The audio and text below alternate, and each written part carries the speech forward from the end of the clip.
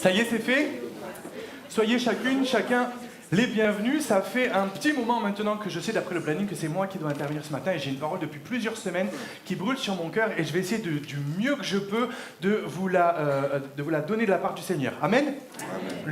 Mais avant, j'aimerais remercier, mon épouse est dans la garderie, non, mon épouse est là avec notre bébé, notre petite fille est dans la garderie. Nous voudrions, la famille Bernard, vous remercier, vous, Église de Maromme, pour votre accueil. Vous nous avez accueillis chaleureusement, les bras ouverts en septembre dernier. Ça fait déjà une année scolaire et nous voulons vraiment vous remercier de tout notre cœur pour votre gentillesse, votre affection. Et nous voulons également, en plus, remercier l'équipe pastorale, remercier Bertin, remercier Enoch qui est en train d'étudier, mais c'est pas grave, remercier le pasteur Josué, son épouse, Élodie, et très chaleureusement, Félistas, qui est au fond le pasteur Dieudonné. Merci beaucoup de nous avoir accueillis. Vous avez été une bouée de sauvetage, je vous raconterai une autre fois, mais vous avez été une bouée de sauvetage pour nous. On était dans un moment un peu compliqué, on ne savait où aller, mais Dieu avait déjà ordonné nos pas. Amen. Et il vous a choisi, je me rappelle du coup de fil que le pasteur Dieudonné m'a passé pour me dire, est-ce que tu veux venir à la maison, j'aimerais discuter.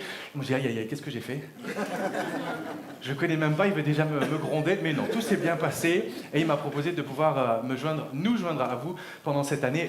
On veut les remercier chaleureusement et remercier le Seigneur. Ça y est, c'est la fin de l'année, que tous ceux qui sont en vacances puissent lever la main.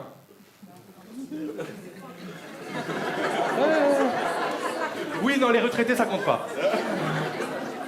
C'est les vacances, soyez toutes et tous bénis, en particulier les petits jeunes et les enfants, profitez-en, vous allez voir. Le titre de mon message de ce matin est le suivant.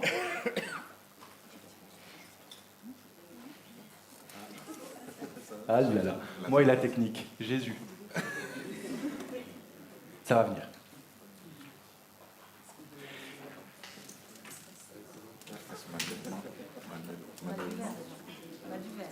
C'est du vert. Oui, c'est vert, mais c'est pas le titre de mon message.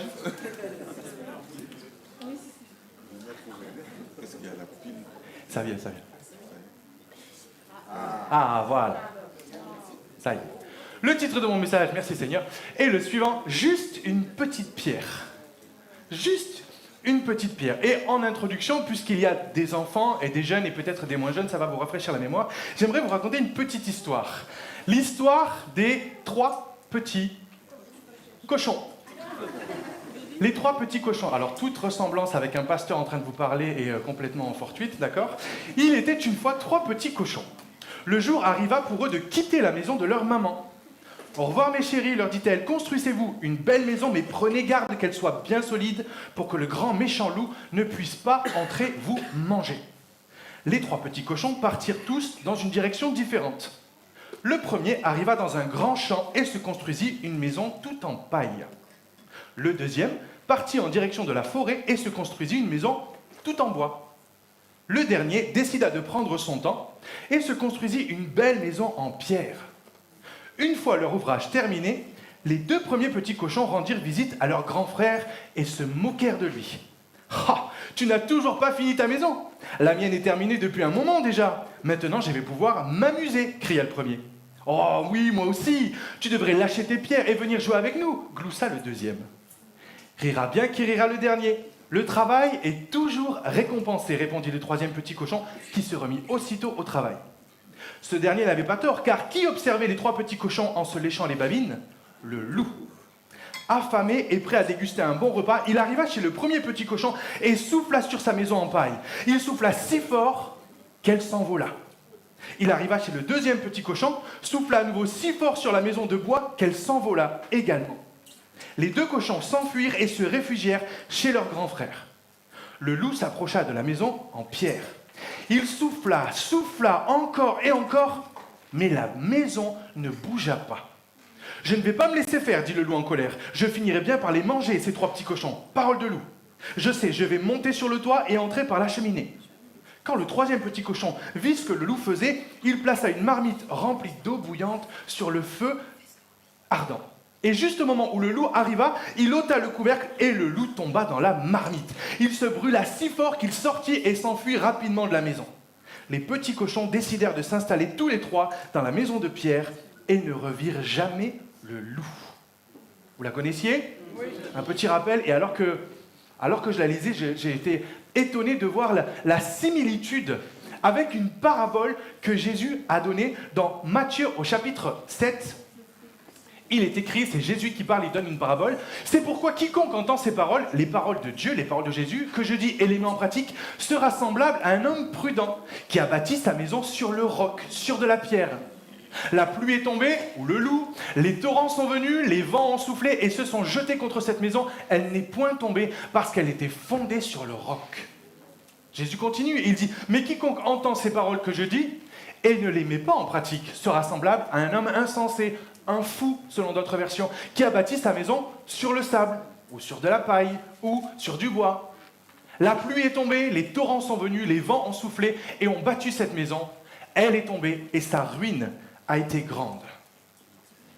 Je vous invite à fermer les yeux quelques instants et à vous joindre à moi en prière. Seigneur Jésus, je te prie de continuer à nous parler. Saint-Esprit, que ta présence reste parmi nous, Seigneur mon Dieu, que je ne sois pas un obstacle, que je ne sois pas quelque chose qui vienne divertir ou qui vienne retirer ta présence, Seigneur Jésus, mais au contraire que tu puisses te servir de moi, Seigneur mon Dieu, pour parler à des cœurs ce matin, comme tu l'as fait pour moi-même, Seigneur mon Dieu, au travers de ce message. Qu'à toi, Seigneur Jésus, soit toute la gloire, l'honneur et la puissance. Amen. Je vous rassure, je ne suis pas là pour vous faire une leçon de maçonnerie, d'accord ? S'il y en a bien un sur Terre qui n'est pas bricoleur, ma femme peut vous en témoigner, c'est moi. La première fois que j'ai dû installer des rideaux à la maison, j'ai frôlé la dépression nerveuse, tellement j'avais peur de faire un mauvais trou, de casser quelque chose. Donc c'est pas moi qui vais vous faire la leçon là-dessus. Mais dans la Bible, aussi bien dans l'Ancien Testament que dans le Nouveau Testament, à chaque fois que l'on voit une notion de pierre, de rocher et de pierre en particulier, il y a un symbole de solidité. La pierre, c'est solide. Il y a un symbole de force. Il y a un symbole de résistance. La pierre, tout le monde le sait, c'est un matériau qui dure et qui est à l'épreuve du temps et de la météo. D'après certains théologiens, comme je vous l'ai mis, d'après certains théologiens, lorsqu'on étudie la pierre, la place qu'elle prend dans l'Ancien et le Nouveau Testament, il y a un symbole, il y a quelque chose que l'on en retire. Chaque fois que l'on voit des pierres dans la Bible, on a ce symbole de vérité. La pierre, les pierres peuvent être considérées aussi bien dans l'Antiquité qu'au travers de la parole de Dieu, peuvent avoir cette notion, cette valeur de vérité. Et j'aimerais voir avec vous quelques exemples où des pierres ont été utilisées dans des versets, dans des paraboles, dans des histoires, et peuvent nous montrer qu'au travers de la Bible, la pierre peut avoir cette notion de vérité. Dans Proverbes, chapitre 22, verset 28, Dieu dit « Ne déplace pas la borne ancienne ». Tout le monde est déjà passé près d'un chemin, même si désormais les autoroutes sont bien goudronnées. Mais comment est-ce qu'on symbolisait, depuis le temps romain, comment est-ce qu'on symbolisait sur la route les kilomètres, le passage, les distances, avec des grosses bornes en pierre ? Et Dieu nous dit dans l'Ancien Testament « Ne déplace pas la borne ancienne qui a été posée, que tes pères ont posée ». Ne déplace pas la borne ancienne et n'entre pas dans le champ des orphelins. De la même façon qu'on voit encore sur les routes nationales, sur les routes départementales, des bornes en pierre avec des inscriptions dessus. Comment est-ce qu'on délimitait les propriétés dans l'ancien temps et même encore parfois dans certains endroits en disposant des pierres, des grosses pierres aux quatre coins d'un champ, aux quatre coins d'une propriété pour montrer que j'ai posé cette pierre-là, jusque-là ce terrain est à moi, ce terrain m'appartient. À cause de sa solidité, à cause de sa constance, on utilisait les pierres comme pour être témoin. Témoin d'un serment, témoin d'une promesse, témoin d'un événement. Et c'est pour ça qu'à plusieurs reprises dans l'Ancien Testament, des pierres étaient utilisées comme des autels. Alors pas des autels H-O, accent circonflexe T-E-L, là où on va dormir, d'accord, mais un autel, c'est-à-dire un endroit où on allait se recueillir. Dans certains endroits encore, en Europe c'est assez rare, mais je sais qu'en Asie du Sud-Est, vous avez un petit peu partout des autels dédiés à des dieux. Aussi dans certains coins d'Afrique. Alors ça va être avec des bougies, on va y déposer de la nourriture. Pourquoi ? Parce que c'est un endroit où on vient se recueillir, un endroit où on vient donner quelque chose, une offrande, un sacrifice à un Dieu. Et dans l'Ancien Testament, les Hébreux, les Juifs, eux aussi construisaient des autels à Dieu pour manifester sa présence. Ils utilisaient donc des pierres pour construire des autels, ils les utilisaient un petit peu comme des piliers ou comme des monuments, parfois pour sceller un pacte, pour sceller une alliance entre deux ou plusieurs personnes, mais aussi pour marquer un événement important. Et j'en veux pour preuve dans Genèse 35, 14, lorsque Dieu va se révéler à Jacob, Jacob va vouloir marquer marquer cet instant et marquer ce lieu. Alors que Jacob va s'endormir tout seul dans un lieu désertique, il nous est dit qu'il va prendre une pierre pour s'en faire son oreiller. Lorsque Dieu va lui parler dans la nuit, va lui donner des promesses, va lui faire des révélations, une vision, au moment où Jacob va se réveiller, il va dire mais certainement Dieu était là et je ne le savais pas. Petit rappel pour ceux qui étaient là il y a quelques semaines. Et pour marquer ce lieu, pour marquer ce temps, il nous est dit qu'il va prendre cette pierre. Jacob dressa un monument dans le lieu où Dieu lui avait parlé, un monument de pierre, sur lequel il fit une libation et versa de l'huile. Et il me semble que je vous ai mis un exemple. Ici, c'est une représentation, bien sûr. Vous voyez cet amoncellement de gros cailloux, de grosses pierres, sur lesquelles on pouvait faire un sacrifice, sur lesquelles on allait offrir quelque chose à Dieu.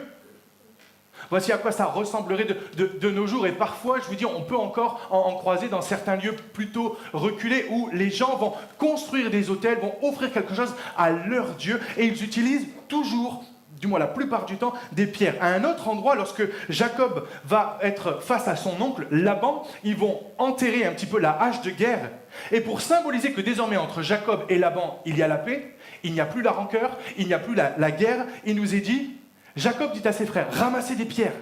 Ils prirent des pierres et firent un monceau, et ils mangèrent là, sur le monceau. Laban dit que ce monceau serve aujourd'hui de témoignage entre moi et toi. C'est pourquoi on lui a donné le nom de Galed.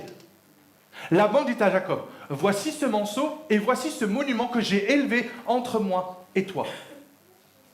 Que ce monceau soit témoin et que ce monument soit témoin que je n'irai pas vers toi au-delà de ce monceau et que tu ne viendras point vers moi au-delà de ce monceau et de ce monument pour agir méchamment. Vous voyez donc que ces pierres sont utilisées pour symboliser quelque chose, symboliser un événement, symboliser une limite, symboliser une frontière à ne pas dépasser, mais aussi quelque chose qui a pu se passer entre plusieurs personnes. Un autre exemple, lorsque Josué a fait traverser tout le peuple d'Israël à travers le Jourdain, que Dieu a arrêté le cours d'un fleuve, le Jourdain, pour que tout son peuple puisse passer à pied sec, pour avoir une preuve, pour se souvenir de ce que Dieu avait fait pour le peuple hébreu, Dieu demande à Josué de ramasser des pierres. Et Josué dit au peuple, donnez-leur cet ordre, enlevez d'ici, du milieu du Jourdain, de la place où les sacrificateurs se sont arrêtés de pied ferme, 12 pierres. Que vous emporterez avec vous et que vous déposerez dans le lieu où vous passerez cette nuit. Les enfants d'Israël firent ce que Josué leur avait ordonné. Ils enlevèrent 12 pierres du milieu du Jourdain, comme l'Éternel l'avait dit à Josué, selon le nombre des tribus des enfants d'Israël. Ils les emportèrent avec eux et les déposèrent dans le lieu où ils devaient passer la nuit.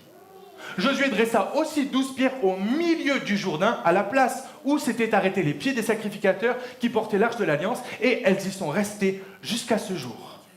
Donc, désormais, lorsque vous allez voir dans l'Ancien Testament des moments où il y a eu des rencontres, ne soyez pas étonnés qu'ils construisent des autels à base de pierres pour symboliser cette rencontre, pour symboliser le fait que Dieu a parlé, que Dieu a fait quelque chose, comme nous pouvons le faire peut-être dans notre calendrier, en faisant une croix dans notre calendrier, ou en faisant une photo peut-être d'un événement ou d'un moment que l'on a vécu. À l'époque, c'était fait à base de pierres. Mais il y avait quelque chose de particulier, c'est que Dieu demandait, lorsqu'on faisait un autel, lorsqu'on lui bâtissait un autel, il demandait quelque chose de particulier. Je vais un petit peu plus vite parce qu'il y a encore d'autres exemples.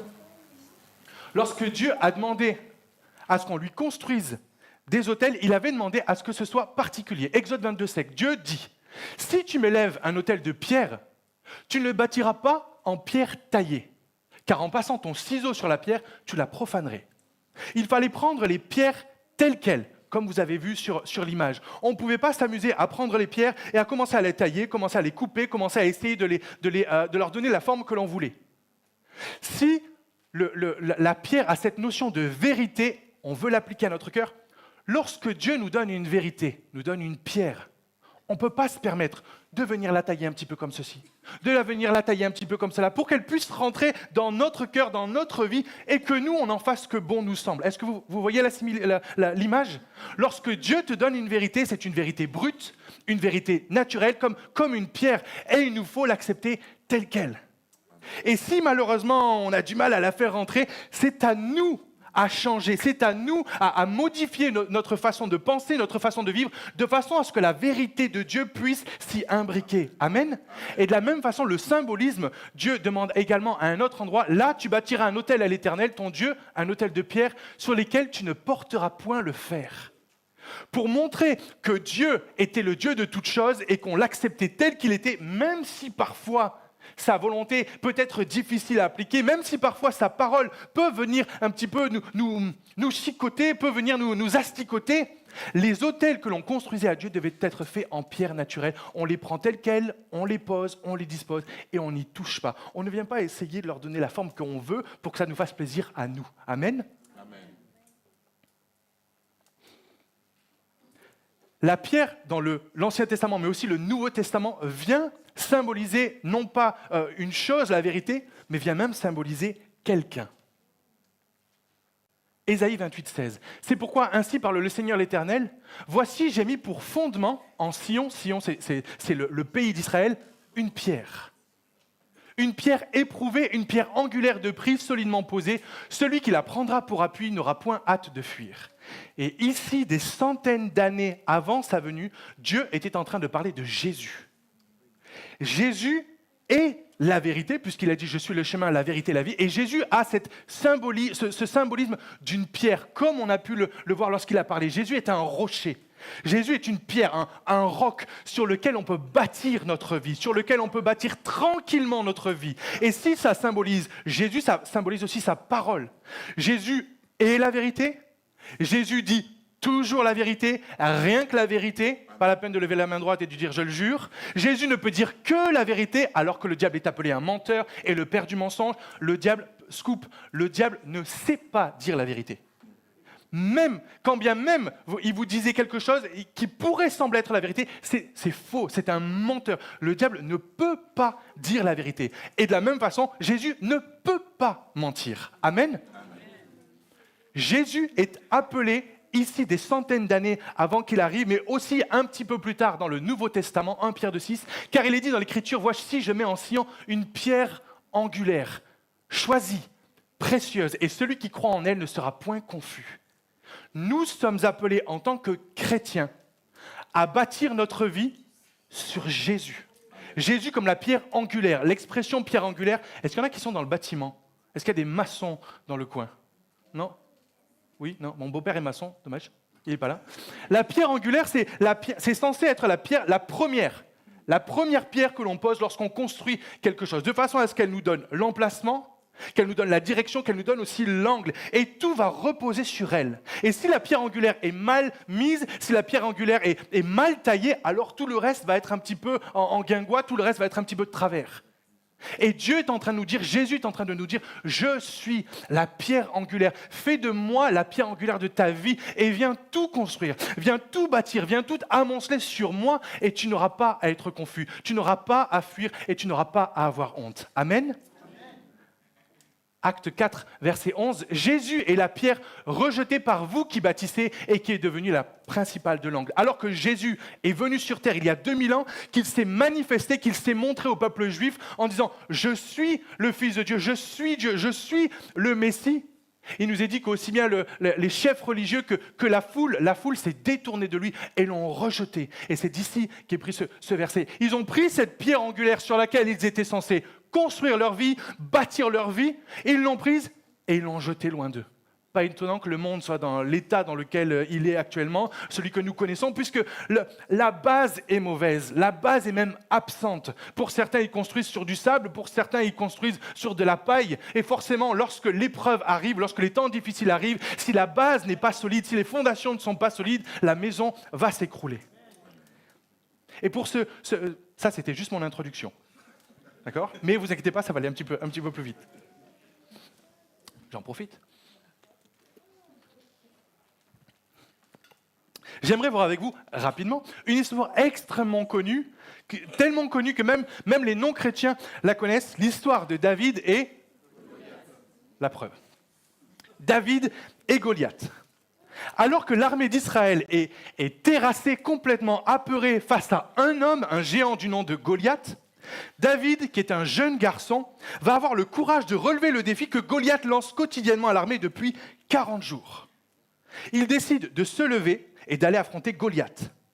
Mais à cause de son aspect fragile, David était un berger, il allait pas à la salle, d'accord, toutes les semaines, il buvait pas des protéines, ok, il était un petit peu, certainement frêle, un petit peu, j'ai dit bien peut-être un petit peu gringalé, et à cause de cela, face à tous les fantassins, face à tous les cavaliers, face à tous les archers, face à tous les soldats, les gens et le roi le premier ont commencé un petit peu à se faire du souci en disant mais tu peux pas y aller, David, c'est bien gentil, t'es mignon, David, mais Goliath c'est un expert.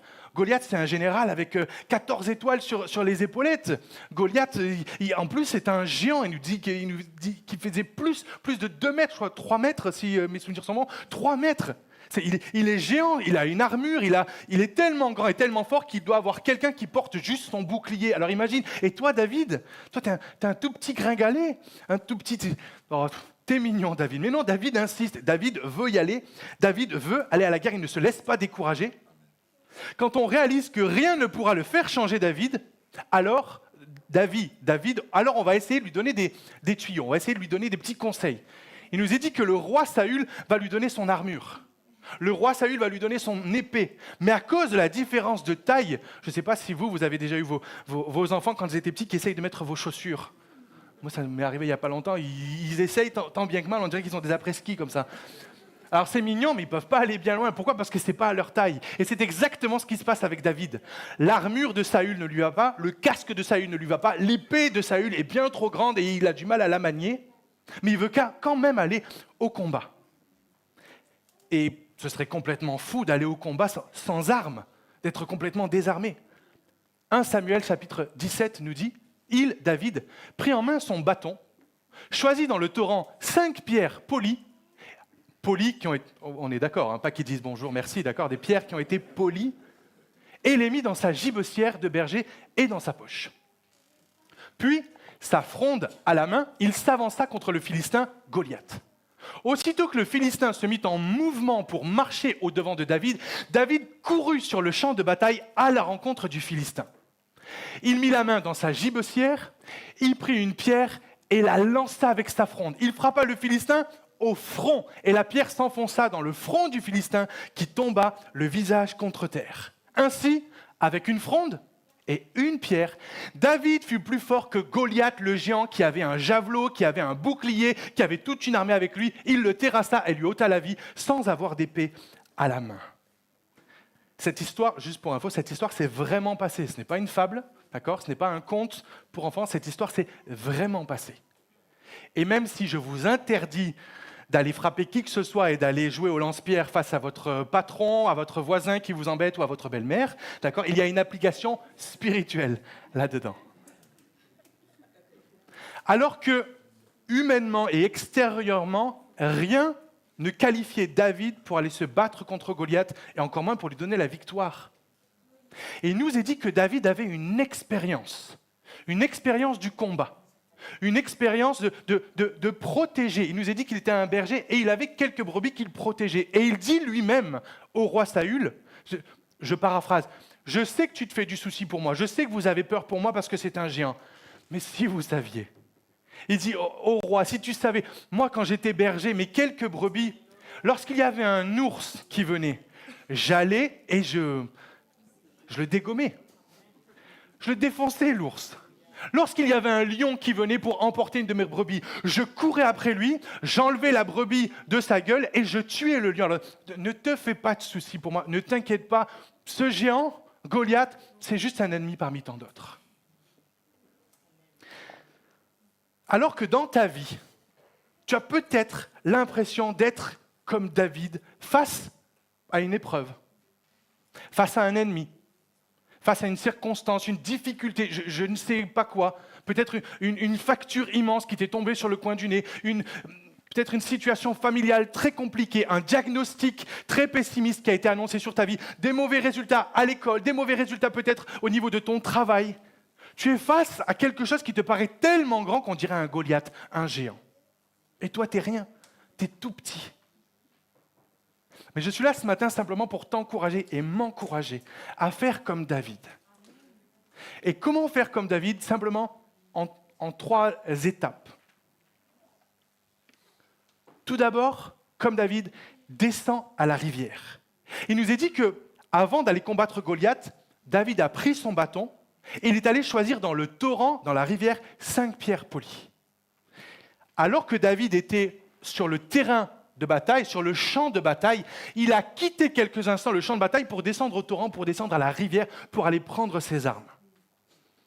Ce que j'y vois ici spirituellement, c'est que, au lieu, et je veux être respectueux, je ne veux pas minimiser les épreuves par lesquelles parfois nous pouvons passer, mais au lieu d'essayer de commencer à polémiquer, au lieu de commencer à essayer de discuter par rapport aux circonstances, fais une pause. Fais une pause. Quand j'étais petit, on disait pounsi. Quand on est petit, quand on joue à la bataille. Non, pousse, laisse-moi 2 secondes, pause. Fais pounce. Dis pounce à l'épreuve, retire-toi et descends à la rivière. Descends à la rivière. La rivière, c'est quoi? C'est la présence de Dieu. Éloigne-toi du champ de bataille quelques instants pour comme te reconcentrer, te refocaliser sur c'est quoi le vrai combat. Est-ce que le vrai combat, c'est que tu puisses simplement payer ta facture, que ce soit simplement qu'on te trouve un bon traitement, un bon médicament, que ce soit peut-être que tu te réconcilies avec les personnes de ton entourage. Le vrai combat ne se mène pas avec les gens, comme on l'a entendu tout à l'heure. Ce n'est pas contre les gens qu'on a un problème, mais c'est spirituel. Il faut que tu prennes une pause. Il faut que tu dises time out et que tu ailles te ressaisir au pied de Dieu, au pied de Jésus, au pied de sa croix, à cette rivière. Cette rivière qui symbolise lorsque Jésus a dit « Si quelqu'un croit en moi, des fleuves d'eau vive sortiront de son sein. » Descends à la rivière où c'est beaucoup plus calme. La rivière où simplement le bruit de l'eau, certains, ça peut aider. Une fois, j'ai vu sur YouTube une vidéo où pendant 10 heures, on entend simplement le bruit d'un cours d'eau qui doit certainement aider certaines personnes à s'endormir. Pourquoi? Parce que c'est paisible, c'est calme, c'est reposant. Et j'aimerais, pour ça, faire une petite parenthèse. Lorsque dans Genèse, Dieu a tout créé, il nous est dit tout d'abord, puis Dieu dit que la terre produise de la verdure, de l'herbe portant de la semence, des arbres fruitiers donnant du fruit selon leur espèce et ayant en eux leur semence sur la terre, et cela fut ainsi. La terre produisit de la verdure, de l'herbe portant de sa semence selon son espèce, et des arbres donnant du fruit et ayant en eux leur semence selon leur espèce. Dieu vit que cela était bon. Puis, Dieu dit que les eaux produisent en abondance des animaux vivants. Dieu créa les grands poissons et tous les animaux vivants qui se meuvent, et que les eaux produisirent en abondance selon leur espèce. Puis Dieu dit, faisons l'homme à notre image. Dieu créa l'homme à son image, il le créa à l'image de Dieu, il créa l'homme et la femme. Quelque chose que j'ai entendu il n'y a pas longtemps qui m'a tellement touché. Remarquez avec moi dans le récit, c'est que quand Dieu a voulu créer les poissons, il a parlé à la mer. D'accord ? Quand Dieu a voulu créer les arbres et les plantes, il a parlé à la terre. Mais quand Dieu a voulu te créer, me créer, nous créer, il s'est parlé à lui-même. Dieu s'est adressé à différents environnements naturels afin qu'ils produisent eux-mêmes quelque chose. Il a parlé à la mer pour que la mer produise les poissons. Il a parlé à la terre pour que la terre produise les arbres. Mais il n'y a rien qui pouvait te créer, toi et moi. Aucune terre, aucun ciel, aucun océan. Il n'y avait que Dieu qui pouvait nous créer. La preuve, il nous a dit qu'il nous a façonnés avec de la terre, avec de la poussière. Et même là, il manquait quelque chose. C'est Dieu qui a soufflé de son propre esprit dans le corps d'Adam qui est devenu un être vivant. Donc, si, de cette logique, si on sort un poisson de l'eau, de son environnement naturel, il va mourir. Si on sort un arbre de la terre, de son environnement naturel, il va mourir. Mais de la même façon, si tu sors un homme ou une femme de la présence de Dieu, de son environnement naturel, il ou elle va aussi mourir. Acte 17, 28 nous dit « Car en lui, en Jésus, nous avons la vie, le mouvement et l'être. » Mon frère, ma sœur, mon ami, descend à la rivière dans symboliquement cet élément naturel qu'est la présence de Dieu. Va chercher la présence de Dieu. Va y trouver ce dont tu as besoin. Va y retrouver la force. Va y retrouver le courage. Va y retrouver la patience. Va y retrouver la joie. Va y retrouver l'amour. Va y retrouver la paix. Va y retrouver la réconciliation. Va y retrouver l'espoir. Va y retrouver ton avenir. Va y retrouver tout ce dont tu as besoin.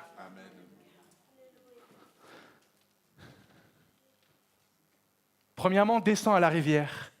Deuxièmement, ramasse ta pierre. De la même façon que je vous ai dit tout à l'heure que la pierre symbolise la vérité.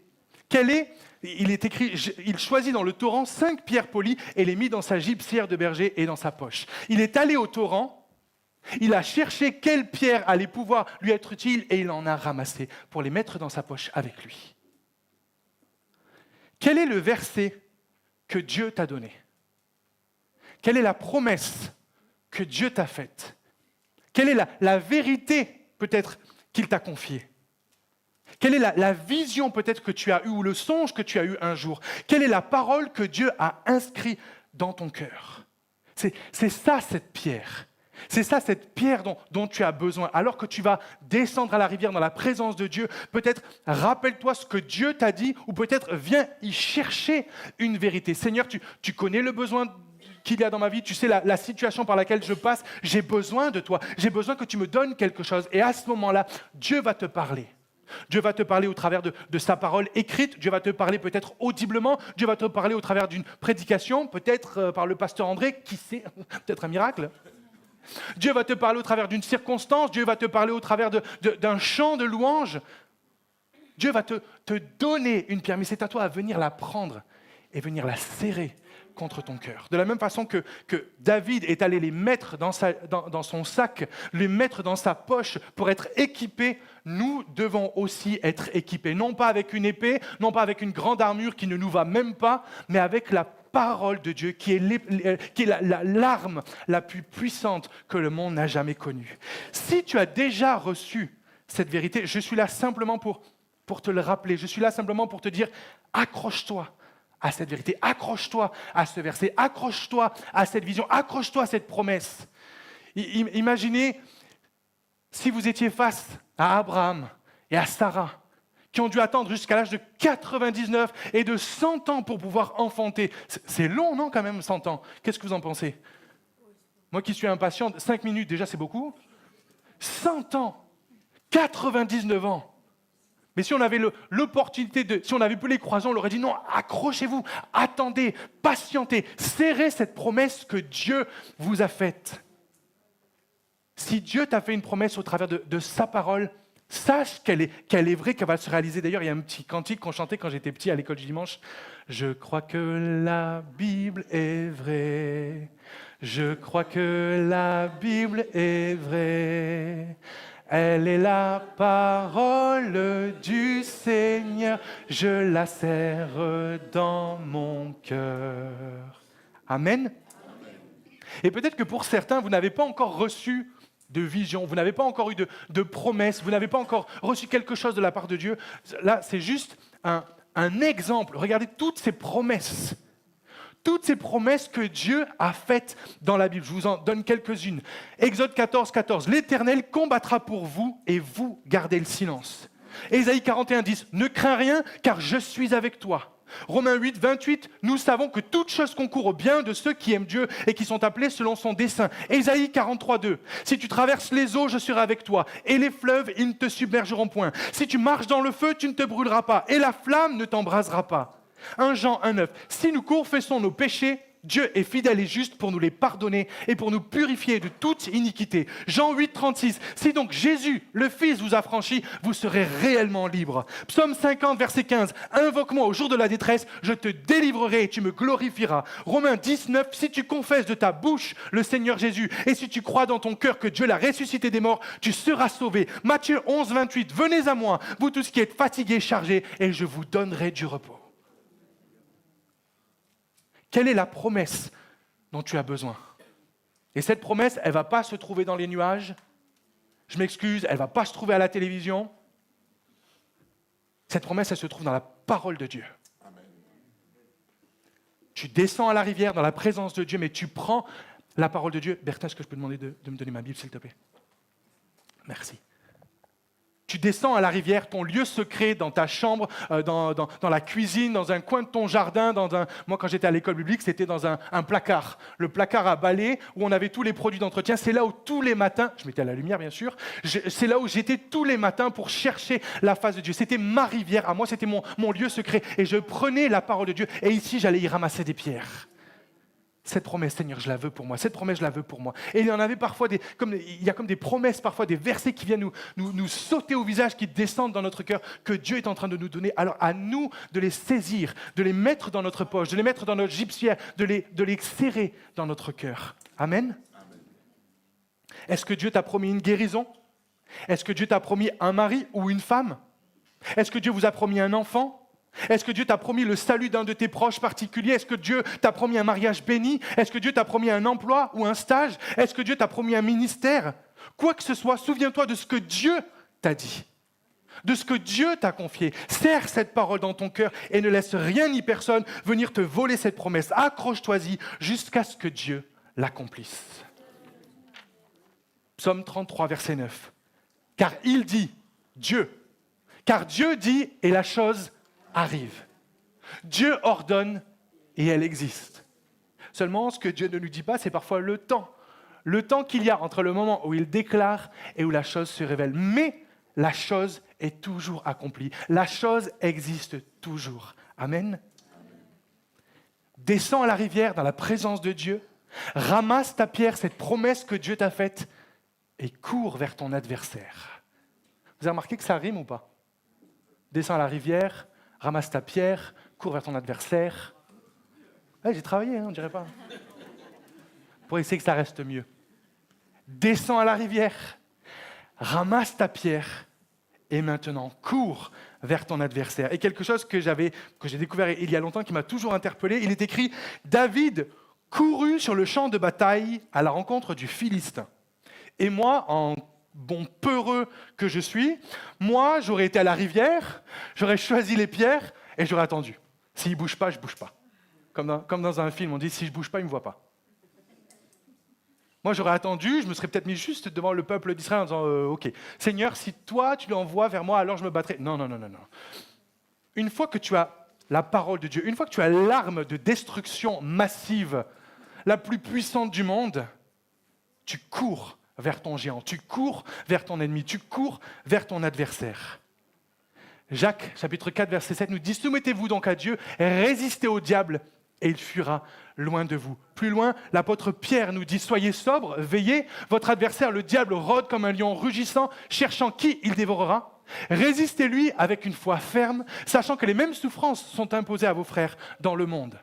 Le Dieu de toute grâce qui vous a appelé en Jésus-Christ à sa gloire éternelle, après que vous aurez souffert un peu de temps, vous perfectionnera lui-même, vous affermira, vous fortifiera, vous rendra inébranlable. » Comme David, lorsque le diable vient te tenter, lorsque le diable vient te narguer, lorsque le diable vient t'attaquer dans tes pensées, lorsqu'il vient te tourmenter dans tes nuits et dans tes cauchemars, lorsqu'il vient te harceler dans tes pensées pour essayer de te faire douter, ne reste pas prostré dans ton coin. Prends cette parole que Dieu t'a donnée et viens la balancer en pleine figure de l'ennemi. Lorsque le diable te dit « Toi, mais ça ne sert à rien, tu ne te marieras jamais ». Mais que Dieu t'a dit que tu auras un époux, alors tu te lèves et tu dis, tu te tais, parce que Dieu m'a promis quelque chose. Et lorsque Dieu parle, la chose arrive. Lorsqu'il ordonne, elle existe. Que ce soit par rapport à ta santé, par rapport à tes enfants, par rapport à ton mariage, par rapport à ton avenir, par rapport à tes finances. Ne te laisse plus être harcelé, ne te laisse plus être tourmenté, mais lève-toi muni de cette parole de Dieu, de cette promesse, de ce songe, de ce rêve, de cette parole de Dieu, et envoie-la de toutes tes forces dans la face de l'ennemi afin qu'il puisse fuir loin de toi. Amen. Je vais inviter l'équipe de louange, si vous voulez bien reprendre place. Et remarquons que ce n'est pas David lui-même de ses propres mains, en quelque sorte, qui a terrassé Goliath. Il n'a pas fait tomber de son cheval, il n'est pas venu en essayant de le boxer, puisqu'il ne l'a même pas touché de ses mains. Mais ce qu'il a fait, c'est qu'il a pris cette pierre et il l'a jetée.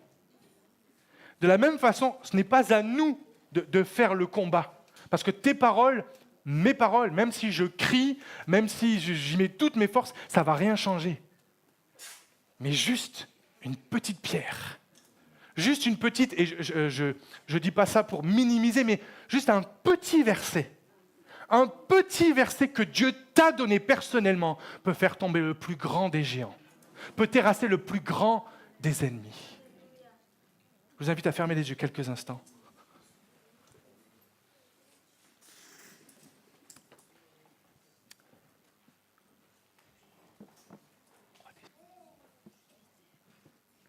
Alléluia. Alléluia.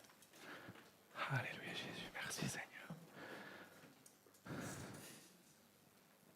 Alors que je préparais ce message, ça fait des semaines et des mois que j'avais quelque chose à cœur. Quelque chose à cœur de partager. Alors qu'il nous est dit que David a dû descendre à la rivière, au torrent, qu'il a dû se pencher pour aller chercher les pierres les plus lisses, les plus polies, qu'il a dû les saisir, les garder avec lui pour ensuite pouvoir s'en servir, pour aller combattre son ennemi. J'ai disposé sur les 2 marches devant l'estrade 200 pierres. Et j'ai choisi les plus lisses possibles, les plus polies possibles. Et pour certains, prophétiquement, ça va être un rappel. Dieu t'a déjà parlé. Et ce que je suis en train de dire pour certains, c'est simplement du réchauffer un petit peu. Dieu est en train de te rappeler ce qu'il t'a déjà dit. Dieu est en train de te rappeler que la promesse qu'il a faite, parce qu'elle ne s'est pas encore accomplie, alors il te demande de patienter. Il te demande de saisir tout à nouveau, de serrer tout à nouveau, peut-être encore plus près de ton cœur, cette promesse qu'il t'a faite. Mais pour d'autres, c'est peut-être face à un combat, face à une difficulté qui s'est présentée, que tu as besoin. Tu as besoin que Dieu se révèle, que Dieu te parle.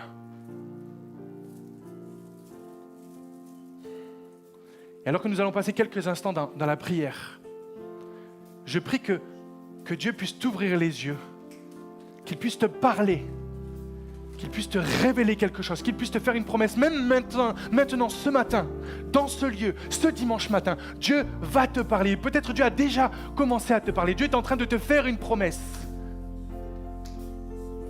Cette promesse, il va falloir que tu la saisisses. Cette promesse, il va falloir que tu la serres de toutes tes forces contre ton cœur, jusqu'à ce qu'elle se réalise.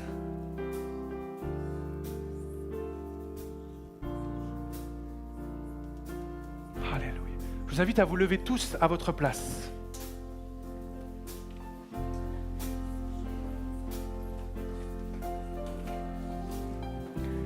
Et encore une fois, n'y voyez aucun... J'essaye pas de vous materner ou de faire comme si vous étiez des enfants, mais je crois que parfois il faut joindre l'acte à la parole. Amen. Donc n'y voyez aucune malice de ma part, c'est pas pour gêner qui que ce soit, mais l'image que j'avais, c'était de la même façon que David est descendu au torrent pour aller ramasser une pierre. Je voulais que peut-être certains d'entre nous ce matin, on soit obligés de sortir de nos rangs, de venir jusque sur le devant, ici, nous pencher, faire craquer nos vieux genoux pour ramasser une pierre. C'est symbolique, on est d'accord ? N'allez pas jeter cette pierre au visage de qui que ce soit, mais simplement de joindre prophétiquement cet acte en disant « Seigneur, je le crois. Seigneur, je prends cette parole, je prends cette promesse et je veux la garder dans mon cœur. » Puis vous la mettrez dans votre poche, vous la mettrez sur le frigo, vous la mettrez sur le bureau, où que vous voulez. Et le plus important, c'est de pouvoir recevoir cette parole de Dieu dans notre cœur. Alors, nous allons reprendre ce chant « Roi des cieux » et pendant que nous allons le prendre, si vous sentez dans votre cœur, ne vous sentez pas obligé, ne le faites pour personne d'autre que pour vous. Si vous sentez que Dieu vous pousse à sortir de votre chaise, oui, devant tout le monde, même si vous êtes la seule personne, à descendre sur le devant, à vous pencher, venir ramasser cette pierre, même si ça a l'air bête. Qu'est-ce que c'est ? C'est juste ça. Oui, je sais, c'est symbolique. Mais si vous sentez que Dieu vous pousse à le faire, alors venez, il y en a pour tout le monde, il y en a même plus que de raisons. Venez prendre cette pierre. Serrez-la fort dans votre main, puis retournez à votre place et gardez-la dans votre cœur.